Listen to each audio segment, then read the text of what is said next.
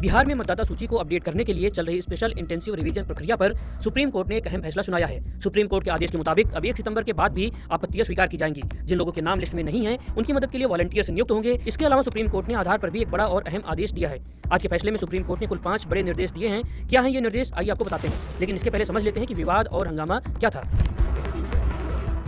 बिहार में 24 जून 2025 से शुरू हुई एसआईआर प्रक्रिया का मकसद मतदाता सूची को दुरुस्त करना था, यानी गलत या डुप्लीकेट नाम हटाना और नए पात्र मतदाताओं को जोड़ना। लेकिन इस प्रक्रिया में 65 लाख लोगों के नाम ड्राफ्ट मतदाता सूची से हटा दिए गए, जिससे विपक्षी दलों और कुछ सामाजिक संगठनों ने हंगामा खड़ा कर दिया था। उनका कहना है कि ये प्रक्रिया कई लोगों को वोट देने के अधिकार से वंचित करती है, खासकर गरीब, प्रवासी, मजदूर और कमजोर वर्गों को निशाना बनाने का आरोप लगा। सुप्रीम कोर्ट, जिसकी बेंच में जस्टिस सूर्यकांत और जस्टिस ज्योमला बागची शामिल थे, उन्होंने इस मामले में 5 बड़े निर्देश दिए हैं। आपत्तियों की समय सीमा बढ़ी। पहले ड्राफ्ट मतदाता सूची में नाम जोड़ने या हटाने के लिए आपत्तियां दर्ज करने की आखिरी तारीख 1 सितंबर 2025 थी, लेकिन अब कोर्ट ने कहा है कि 1 सितंबर के बाद भी आपत्तियां स्वीकार की जाएंगी। इसका मतलब है कि जिन लोगों के नाम सूची से हट गए हैं उनके पास अब और समय है अपने दावे पेश करने के लिए। पैरा लीगल वॉलंटियर्स की नियुक्ति।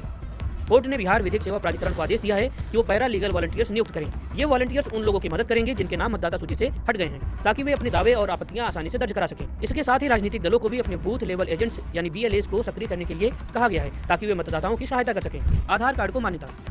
पहले चुनाव आयोग ने आधार कार्ड को एसआईआर प्रक्रिया में शामिल नहीं किया था, क्योंकि ये सिर्फ पहचान का प्रमाण देता है, न कि नागरिकता का। लेकिन सुप्रीम कोर्ट ने साफ कर दिया कि अब आधार को पहचान और निवास के प्रमाण के तौर पर स्वीकार किया जाएगा। मतदाता अपने दावे के साथ आधार कार्ड या चुनाव आयोग के 11 सूचीबद्ध दस्तावेजों में से कोई एक दस्तावेज जमा कर सकते हैं। जस्टिस सूर्यकांत ने कहा कि आधार की स्थिति को आधार अधिनियम की धारा 9 या किसी बड़ी बेंच के फैसले से आगे नहीं बढ़ाया जा सकता, लेकिन इसे एक वैध दस्तावेज के रूप में जरूर लिया जाएगा। पारदर्शिता और प्रचार। कोर्ट ने चुनाव आयोग को निर्देश दिया है कि वो 65 लाख हटाए गए मतदाताओं की लिस्ट और उनके नाम हटाने के कारण जैसे मृत्यु, स्थानांतरण या डुप्लीकेट एंट्री को ऑनलाइन और ऑफलाइन सार्वजनिक करें। ये लिस्ट पंचायत भवनों, ब्लॉक डेवलपमेंट ऑफिस और जिला निर्वाचन अधिकारियों की वेबसाइट पर उपलब्ध होनी चाहिए। कोर्ट ने यह भी कहा कि इन आदेश का प्रचार अखबारों, इलेक्ट्रॉनिक और सोशल मीडिया के जरिए आम भाषा में किए जाएं, ताकि हर मतदाता तक बात पहुंचे। राजनीतिक दलों की निष्क्रियता पर नाराजगी। कोर्ट ने हैरानी जताई कि बिहार में 1,60,000 बूथ लेवल एजेंट्स होने के बावजूद केवल 2 आपत्तियां दर्ज की गई। कोर्ट ने कहा कि राजनीतिक दल अपनी जिम्मेदारी नहीं निभा रहे हैं, उनके BLA क्या कर रहे हैं। कोर्ट ने सभी 12 मान्यता प्राप्त राजनीतिक दलों को इस मामले में शामिल किया और उन्हें मतदाताओं की मदद करने का आदेश दिया है। अब ये भी जान लीजिए कि याचिका में शिकायतें क्या थी।